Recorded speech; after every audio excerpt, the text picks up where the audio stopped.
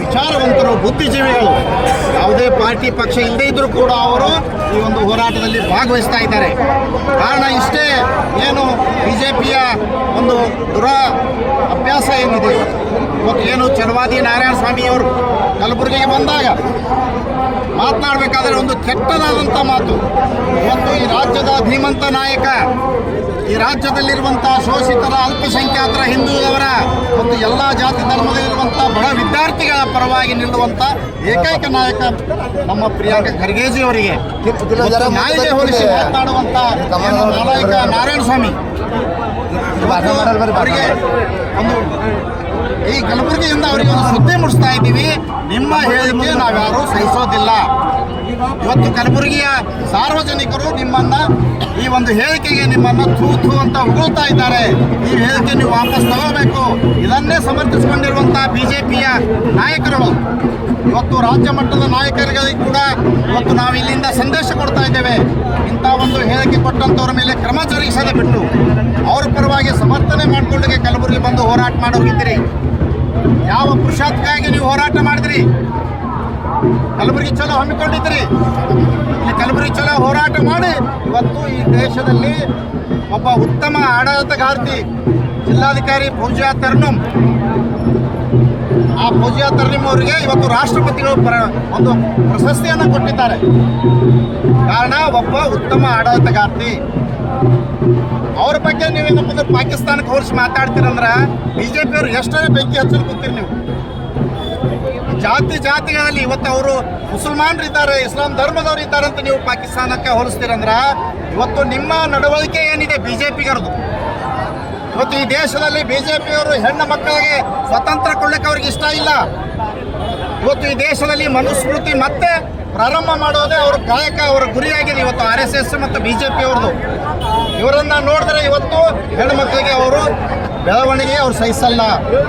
ಇವತ್ತು ಈ ದೇಶದ ಹೆಮ್ಮೆಯ ಪುತ್ರಿ ಸೋಫಿಯಾ ಖುರೇಷಿ ಪಾಕಿಸ್ತಾನಕ್ಕೆ ನುಗ್ಗಿ ಇವತ್ತು ಒಂದು ಆಪರೇಷನ್ ಸಿಂಧೂರ್ ಮೂಲಕ ಒಂದು ದಿಟ್ಟತನ ಪ್ರದರ್ಶಿಸಿ ಇವತ್ತು ಅಂಥ ಒಬ್ಬ ಮಹಿಳೆ ಕೂಡ BJPಯ ಒಬ್ಬ ಮಂತ್ರಿ ಇವರು ಪಾಕಿಸ್ತಾನದ ಸಹೋದರಿ, ಪಾಕಿಸ್ತಾನ ಸಪೋರ್ಟ್ ಮಾಡ್ತಾರಂತ ಏನು ಕೆಟ್ಟ ಒಂದು ಹೇಳಿಕೆ ಕೊಡ್ತಾರಲ್ಲ, ಇದೆಲ್ಲ ನೋಡಿದಾಗ ನಮಗೆ ಅನಿಸ್ತದೆ BJPಯವರಿಗೆ ಇವತ್ತು ಹೆಣ್ಣು ಮಕ್ಕಳ ಬೆಳವಣಿಗೆ, ಹೆಣ್ಣು ಮಕ್ಕಳಿಗೆ ಸ್ವತಂತ್ರ ಇವರು ಸಹಿಸೋದಿಲ್ಲ.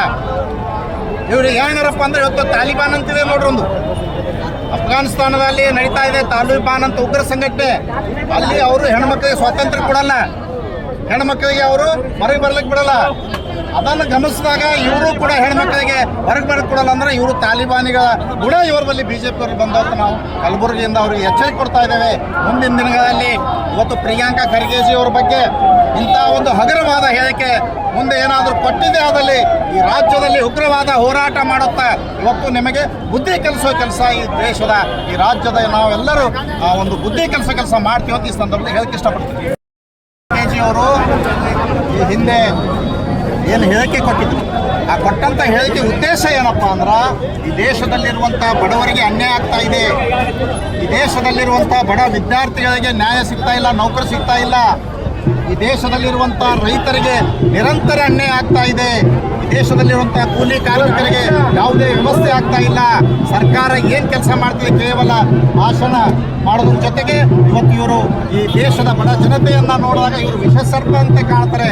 ಬಡವರು ಅವರಿಗೆ ಮತ ಹಾಕಿದ್ದಾರೆ, ಅಧಿಕಾರ ಕೊಟ್ಟಾರ, ಅವ್ರ ಹತ್ತಿರ ಹೋಗ್ಯಾರ, ಆದರೂ ಕೂಡ ಅವರಿಗೆ ವಿಷ ಸರ್ಪದಂತೆ ಕಾಣಿ ಇವತ್ತು ಈ ರಾಜ್ಯದಲ್ಲಿರುವಂಥ ರೈತರಿಗೆ, ಈ ರಾಜ್ಯದಲ್ಲಿರುವಂಥ ಬಡ ಜನರಿಗೆ ಇವತ್ತು ಯಾವುದೇ ಕೆಲಸ ಆಗ್ತಾ ಇಲ್ಲ, ಅನ್ಯಾಯ ಆಗ್ತಾ ಇದೆ. ಅವರು ವಿಷಮಯ ವಾತಾವರಣದಲ್ಲಿ ಬದುಕ್ತಾ ಇದ್ದಾರೆ, ಸಂಕಷ್ಟದಲ್ಲಿ ಬದುಕ್ತಾ ಇದ್ದಾರೆ. ಅದಕ್ಕಾಗಿ ಮೋದಿಯವರು ಇವತ್ತು ವಿಷ ಸರ್ಪದಂತೆ ಕಾಣಿಸ್ತಾರ ಹೇಳಿದ್ದಾರೆ. ಅದರಾಗೇನು ಎರಡನೇ ಮಾತಿಲ್ಲ. ಪ್ರಿಯಾಂಕಾ ಖರ್ಗೆ ಅವರು ಕಲಬುರಗಿ ಮೇಲೆ ಕಲಬುರಗಿ ಜನತೆ ಮೇಲೆ ದಬ್ಬಾಳಿಕೆ ಮಾಡ್ತಾ ಇದ್ದಾರೆ, ಅಂದ್ರೆ ಜನರನ್ನ ಕೈಲಿ ಹತೋಟಿಯಲ್ಲಿ ಇಟ್ಕೋಬೇಕಂತ ಇದ್ದಾರೆ, ಈ ಥರ ಹೇಳ್ತಾ ಇದ್ದಾರೆ. ನೋಡ್ರಿ, ಪ್ರಿಯಾಂಕಾ ಖರ್ಗೆಜಿಯವರು ಇವತ್ತು ಇಡೀ ರಾಜ್ಯ ಅಲ್ಲ ದೇಶ ಮಟ್ಟದಲ್ಲಿರುವಂಥ ಒಬ್ಬ ಪ್ರಭಾವಿ ನಾಯಕ, ಬಹಳ ಬುದ್ಧಿವಂತ ನಾಯಕ. ಇವತ್ತು ಅಂಥ ಒಂದು ಕೆಲಸ ಅವರು ಮಾಡೋಕ್ಕೆ ಸಾಧ್ಯನಿಲ್ಲ. ಆ ಪ್ರವೃತ್ತಿ ಖರ್ಗೆ ಕುಟುಂಬದವ್ರದಲ್ಲ. ಎಲ್ಲರನ್ನ ಜೊತೆಗೆ ತೆಗೆದುಕೊಂಡು ಹೋಗೋದಕ್ಕೆ ಇವತ್ತು ಕಲಬುರಗಿ, ಕಲ್ಯಾಣ ಕರ್ನಾಟಕದಲ್ಲಿ ಅವರು ಮಾಡಿರುವಂಥ ಸಾಧನೆ ಬಡ ಜನರಿಗಾಗಿ ಕೊಟ್ಟಂಥ ಕೊಡುಗೆಗಳು ಇವತ್ತು 371 ಇವತ್ತು ಕಲ್ಯಾಣ ಕರ್ನಾಟಕ ಸಂಪೂರ್ಣ ಅಭಿವೃದ್ಧಿಯತ್ತ ಸಾಗ್ತಾ ಇದೆ. ಅದು ಕಾರಣ ಏನಪ್ಪ 371 ಇವತ್ತು ಈ ರಾಜ್ಯದಲ್ಲಿ ಬಡ ವಿದ್ಯಾರ್ಥಿಗಳಿಗೆ ಅನ್ಯಾಯ ಆದಾಗ ಧ್ವನಿ ಎತ್ತಿ ಭ್ರಷ್ಟಾಚಾರ ಬಯಲಿಗೆ ಆದವರು ಪ್ರಿಯಾಂಕ್ ಖರ್ಗೆಜಿಯವರು. ಇವತ್ತು ಸಂವಿಧಾನದ ಅಡಿಯಲ್ಲಿ ಕೆಲಸ ಮಾಡುವಂಥ ಏಕೈಕ ನಾಯಕಪ್ಪ ಅಂದರೆ ಪ್ರಿಯಾಂಕ್ ಖರ್ಗೆ. ಅವ್ರು ಯಾವತ್ತೂ ಕೂಡ ಇಂಥ ಒಂದು ಹಿಟ್ಲರ್ ರೀತಿಯ ಆಡಳಿತ ಮಾಡಿಲ್ಲ. ಆ ಹಿಟ್ಲರ್ ಗುಣ ಯಾರು ಬಲೆವ ಅಂದ್ರೆ ಬಿಜೆಪಿ ಬಲೆವ ಗುಣ. ಇವತ್ತು ಹಿಟ್ಲರ್ ಗುಣ ಏನಪ್ಪಾ ಅಂದ್ರೆ ಇವತ್ತು ಮೋದಿ ಇರ್ಬೋದು, ಅಮಿತ್ ಶಾ ಇರ್ಬೋದು, ಹಿಟ್ಲರ್ ಗುಣ ಉಪಯೋಗ ಮಾಡಿ ದೇಶದಲ್ಲಿ ಅವ್ರ ಬಳಿ ಏನಾದರೂ ಗುಣ ಅಂತ ನಾವು ಹೇಳ್ತೀವಿ.